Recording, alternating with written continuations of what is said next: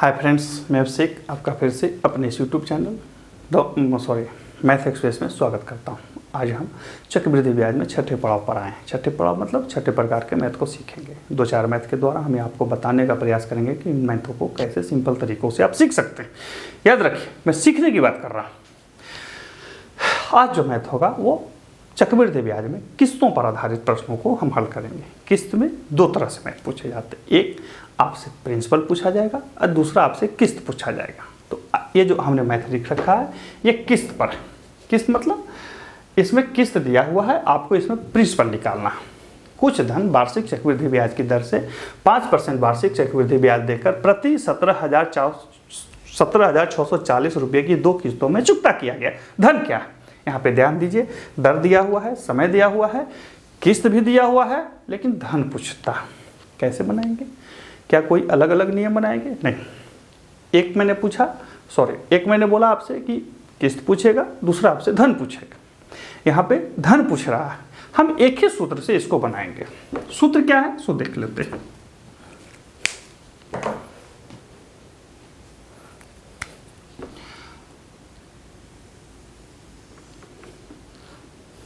यदि धन P दर R एवं समय T हो तब किस्त X बराबर होता है P/100/1 प्लस R। ठीक है, हम इसको 1 प्लस R ये छोड़ देते हैं, हम 100 प्लस R लिख देते हैं। 100 प्लस R प्लस पूरा लिखेंगे बटा 100 प्लस R के पावर 2 प्लस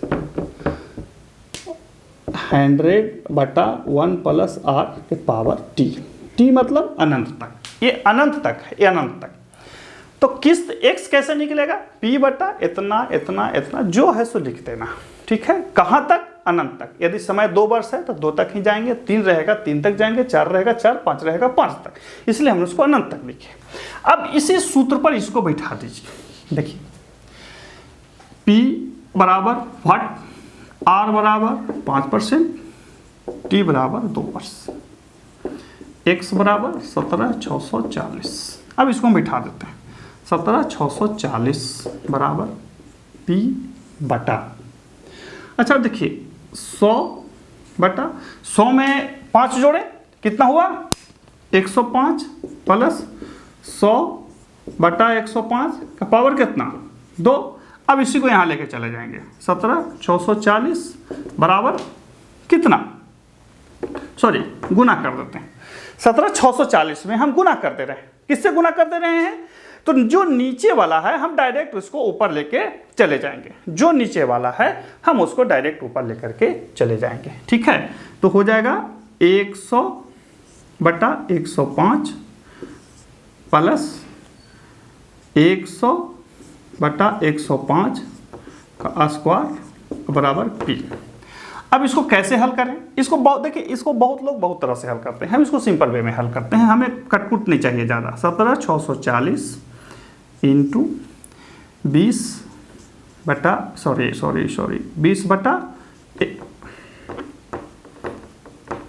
21 प्लस 20/21 पावर 2। ठीक है, 17,640 गुना 20/21 प्लस 400/441 होगा या नहीं होगा? हम देखिए हल कर रहे हैं, फिर लिखेंगे इसको 17,640। अब इन दोनों का एलसीएम 441 होगा, गुने 441 21 पढ़िए 441 कितना बार में आएगा? 21 बार में आएगा। 21 से 20 में गुना करेंगे, 21 दूनी 42, 420 प्लस 400 यानी कि 840। ये कट जाएगा 40 बार में। 21 दूनी 42, 420, 400, 820। अब 820 में 40 से आप गुना कर लीजिए। 820 में आप 40 से गुना कर लेंगे, कितना हो जाएगा? 8 चौके 32, 3280। तो वो सोना बैठा देते हैं। 32,800 रुपया आ गया आपका आंसर बना। हमने कुछ नहीं किया। देखिए कुछ देर लेक्चर दिया, बाद में हमने हिसाब को लिखा। मेरा हिसाब घिच पिच दिख रहा होगा, आप इसको देखें कैसे हमने हल किया। कुछ नहीं किया, जो सूत्र था हमने उस पर बैठा दिया। अब इसी को आपको यदि मिनिमाइज करना हो परीक्षाओं में जाकर के, डायरेक्ट ये जो लिखा हुआ है डायरेक्ट आप इसी को यहाँ पेपर लिखो, इसको आप परीक्षाओं में डायरेक्ट लिख सकते हैं। यहीं से आप बना लीजिए, आपका बन जाएगा और यहीं से आपको सारे चलो बताएंगे भी। तो ये तो था पहला मैथ जिसे हमने नॉर्मल से तरीके से बनाया। हम दूसरे मैथ को भी बनाते हैं, इसी तरह से बनाएंगे। देखते हैं आप तुरंत बनाते हैं या नहीं बनाते हैं। ध्यान दीजिए कि हमने सूत्र पर बनाया है और एक ही सूत्र पर दोनों मैथ को बताएंगे। मेरा मानना है कि एक ही चीज़ के लिए क्या बार बार इधर उधर करना। प्रश्न कहाँ गया जी? प्रश्न कहता है कि कोई धन उधार लेकर 121 की 2 वार्षिक किस्तों में एक धन उधार लेकर 121 की 2 वार्षिक किस्तों में चुकता किया गया। ध्यान रखिए 121 2 वार्षिक किस्त, ठीक है। अब कहता है कि यदि CI की दर 10% हो तब धन क्या है। अब है उसी सूत्र पर बैठा देंगे। क्या हमने बैठाया था? x बराबर P/100 डायरेक्ट लिख देते हैं, 100/100 प्लस R प्लस 100/1 प्लस 2 कितना है 121 बराबर P/10% है तो 100/110 प्लस 100/110 के स्क्वायर लेके चले जाते हैं। 121 गुने 10 से 10 कट गया, 10/11 प्लस 10 से कट गया 100/121 बराबर P। 121 गुने 121, याद रखिए इससे करेंगे तो 11 दहेंगे 110 प्लस 100, ठीक है। इससे ये कट गया बराबर P बराबर कितना आ गया 210 बन गया। क्या हमें कोई टाइम लगा? नहीं लगा। अब बहुत बार हम लोग क्या करते हैं, मतलब परीक्षाओं में या इसको सॉर्ट करने के लिए हम लोग क्या करते हैं, देखिए ये मेथड है, मैं पहले ही बता दे रहा हूं कि तरीका है। परीक्षाओं में बहुत लोग क्या करते हैं, वैसे आएंगे P बराबर डायरेक्ट लिखेंगे 121 गुने जो है उसको बैठा लीजिए। मान के चलिए ये वाला था, अब डायरेक्ट उसी को वहीं बैठा लीजिए, हमको कोई दिक्कत नहीं है। 10/11 प्लस इतना, स्क्वायर है स्क्वायर, घन है घन, क्यू है क्यू। अब यहाँ पे ध्यान दीजिए कि मैं इस मेथड को क्यों बता रहा हूँ। मैं इस मेथड को इसलिए बता रहा हूँ ताकि आप जब बैठें परीक्षाओं में तो गड़बड़ आपसे नहीं हो। मैं बता दूँ दोबारा से कि मेरा ये मानना है कि हर चीज़ के लिए आप हर बार मेहनत अलग अलग तरीक़ों से करें, ये शोभनीय बात नहीं है। एक ही मेहनत से सारे चीज़ हो जाए तो ज़्यादा अच्छा है। मैंने आपको क्या बोला कि आपको एक बार तरीका सीखना है, उसके बाद फिर आप कंफर्ट जोन में चले गए, चूँकि मैथ आप सीख चुके हैं। अब उसके बाद आप जैसे बनाना है बनाइए। मेरा तो मानना है कि यदि आप बहुत प्रैक्टिस करते हैं, बहुत प्रतिदिन 25 मैथ 25 रीडिंग का प्रैक्टिस कर रहे हैं पर डे, और प्रैक्टिस से रोज बना रहे हैं, तो मैथ जब आप कंपटीशन में जाएंगे तो 40 से 50% मैथ आपको बनाने की ही जरूरत नहीं पड़ेगी। वो आंसर सामने दिखेगा, टक से मार दीजिएगा, बाहर निकल जाइएगा। बहुत प्रैक्टिस में बहुत ताकत होती है। चलिए अगला प्रश्न कहता है 210 रुपया की राशि कर्ज पर ली गई। बार बार दूसरा उठ जा रहा है। अब यहाँ पे देखिए कह रहा है कि 210 रुपया की राशि कर्ज पर लिया गया। ध्यान रखिए 210 रुपया कर्ज पर लिया गया। जिसकी अदायगी 2 बराबर किस्तों में की जानी, जिसे 2 बराबर किस्तों में किया जाना है। 2 बराबर किस्तों में किया जाना है। यदि सीआई की दर 10%, यदि सीआई की दर 10% है, तब प्रत्येक किस्त, ये तो अगला जो हिसाब बनाया था उसका उल्टा हो गया, किस्त क्या होगा, वाह। हालांकि ये एसएससी में पूछा हुआ प्रश्न, मैंने अपने सुंदर राइटिंग में लिख दिया है, आप इसको देख सकते हैं। कह रहा है कि 210 रुपया की राशि, 210 याद रखिए 210 रुपया की राशि जो है वो इस तरह से लिया गया है कि आपको 2 किस्तों में चुकाना है। अब आप इसमें प्रत्येक किस्त बताइए, यदि दर इतना दिया हुआ है। अब क्या सूत्र अलग लगाएं? क्या के लिए सूत्र अलग लगाने जाएंगे? जो सूत्र हमने सीखा है हम उसी सूत्र पर बना देंगे, ठीक है। क्या सूत्र हमने सीखा था? अभी हमने क्या सूत्र सीखा था? अभी जो हमने सूत्र सीखा था उसी सूत्र पर बैठा देते हैं। या इसका एक और सूत्र होता है कि यदि क्या है जी, किस्त निकालना है, तो किस्त निकालने के लिए प्रत्येक किस्त जो होता है वो x/1 प्लस इसे करके सूत्र होता है। आपको मतलब क्या बोलते हैं, r/100 प्लस x/r/100 का पावर 2, 2-3 बार जा करके आप बना सकते हैं, ये आपकी इच्छा के ऊपर, ठीक है। तो हम लेकिन वैसे नहीं बताएंगे, हम एक ही सूत्र पर बना देंगे, ठीक है। हमने क्या निकाला था? x बराबर P/100 plus r plus 100/100 plus r का पावर 2, ठीक है। x बराबर कितना है? P कितना है? 210/,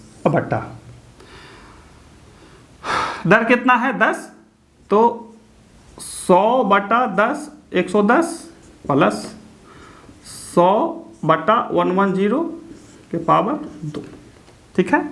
x बराबर 210 कट गया 10/121 प्लस 10 दहियों 100/121, ये 121 नहीं होगा, ये 11 ही होगा। अब इसको फिर हल करते हैं। x बराबर 210 ये दोनों को हल कर लेते हैं, ध्यान रखिए। 121 11 हैं तो 211 से 121 में 11 होगा, 11 दहियों 110 110 प्लस 100, ठीक है। x बराबर इसको ऊपर लेके चले जाइए, 210 गुने 121 बटा कितना 210 कट गया, x बराबर 121। हम हट जाते हैं, मेरा शरीर बड़ा है, मैथ नहीं दिख रहा होगा। देखिए हमने एक ही सूत्र पर बैठा दिया, जो सूत्र था हमने उसी सूत्र को अप्लाई करके यहाँ पे बैठा दिया। वैसे एक इसका सूत्र क्या होता है, माने नॉर्मली अलग सूत्र क्या होता है कि आप प्रत्येक किस्त की राशि ऐसे निकाल सकते हैं, x/1 प्लस r/100, ठीक है, प्लस x/1 प्लस r/100 2 बराबर p, ऐसे करके आप निकाल सकते हैं, ठीक है। आप इस तरह से निकाल सकते हैं, वो अलग सूत्र है, लेकिन हमने इसी सूत्र पर इसको बैठा दिया, जो हमने पहला सूत्र आपको बताया था। ये आपकी इच्छा के ऊपर है कि आप कैसे इसको बनाएंगे। चूंकि हमने पहले ही बताया था कि हम अलग अलग सूत्र नहीं लगाएंगे, हम एक ही सूत्र पर बैठा देंगे, और हमने इस तरह से इसको बना लिया। अब देखते हैं इसी तरह का एक अगला प्रश्न। अब ध्यान दीजिए कि ये जो प्रश्न हमने बताया ये तो पहला का उल्टा था। देखिए मेरे बनाने के बिल्कुल सामान्य तरीकों पर मत जाइए। आपका कर्तव्य है पहले मैथ को सीखना, समझना। एक बार जब आप मैथ सीख समझ लिए, उसके बाद दुनिया की कोई ताकत जो है आपको खुद से मैथ बनाने से नहीं रोक सकता। फिर आप मेरे इसके उसके किसी तरीके की कोई ज़रूरत नहीं पड़ेगी, लेकिन पहले आपको सीखना होगा। कहता है कि 1100 रुपया की एक धनराशि उधार ली गई। 1100 रुपया धन उधार लिया गया। ठीक है, 1100 रुपये उधार ले लिए, बहुत अच्छा, ले लीजिए, कर्जा लीजिए। इसे 2 समान किस्तों में वापस करना। इसे 2 समान किस्तों में वापस करना है। इसे 2 समान किस्तों में वापस कर देना। ठीक है, यदि ब्याज की दर 20% चक्रवृद्धि संयुक्त होती है तब प्रत्येक किस्त का मान क्या है? यदि CI की दर प्रति वर्ष संयुक्त होती है तब प्रत्येक किस्त बताओ। ठीक है, हमने हिसाब को कुछ किया नहीं किया, हमने आपके सामने हिसाब को रख दिया। ठीक है, कह रहा है कि एक कुछ धन है, जो भी धन है उसे एक खास दर पर दिया गया है, आपको किस्त निकालना है। किस्त बराबर P बटा, अब हम सूत्र नहीं लिखेंगे, P बटा P कितना है 1100 बटा 100 बटा, अब हम जोड़ने भी नहीं जाएंगे, 20 है तो 120 प्लस 100 बटा 120 का स्क्वायर हो गया 1100 बटा 5 बटा 6 प्लस 25 बटा 36। अब हम भी हल नहीं करेंगे, 25 बटा 36 अब कैसे आएगा, ये कट जाएगा, 25 25 5 2 10 6 12 25 25 6 36 आ गया 1100 बटा 36, 6 बार में 6 25 30 प्लस 25 अगुने, इसको ऊपर लेके चले जाएंगे 36। अब ये 36 कहाँ से आया, दोनों का एलसीएम निकालेंगे 36 आएगा। शॉर्ट कर दिया, मिनिमाइज हमने कर दिया, क्योंकि अब एक बार इतना बार बता चुके हैं तब इतना बताने का तो जरूरत है नहीं। हमने इन दोनों का एलसीएम निकाला 36 को ऊपर लेके चला गया, 6 बचे तो 6 6 का 36, तो 6 से 6 5 30 प्लस 25 से कम 25। अब आ जाइए 1100 गुने 36 बटा 55 से 2 कट गया 720 रुपया। प्रत्येक किस्त कितना का होगा 720 रुपया, बिना कोई अलग एफर्ट लगाए हुए हमने बिल्कुल उन सामान्य तरीकों से जो किताबों में लिखी हुई है हमने बनाने का प्रयास किया है और आपको भी उन्हीं वैध तरीकों से बताने का प्रयास किया। मेरा यह मानना है कि एक ही हिसाब के लिए तरह तरह के चीज़ों को लगाने की ज़रूरत नहीं। तो ये था हमारा ये आज का वीडियो, जिसमें चक्रवृद्धि ब्याज पर वैसे प्रश्न जो किस्तों में आते हैं किए जाते हैं। हालांकि चुनने वाले ने आज थोड़ा सा गड़बड़ की, सब 2 वर्ष ही था, 3 वर्ष रहता तो थोड़ा ज़्यादा अच्छा लगता। 3 वर्ष आप बनाइएगा। देखिए, मैं हर एक वीडियो में बोलता हूँ, मैं जहाँ ओपनिंग जाता हूँ वहाँ भी, चाहे जब मैं पहले पढ़ाई करता था तब भी, मेरा यह मानना है कि हम किसी को भी, जो भी बच्चे हैं उन्हें 20 से 25% ही हिसाब बताएंगे, बाकी 60 से 70 80% उन्हें खुद करना है और आपको भी खुद करनी चाहिए।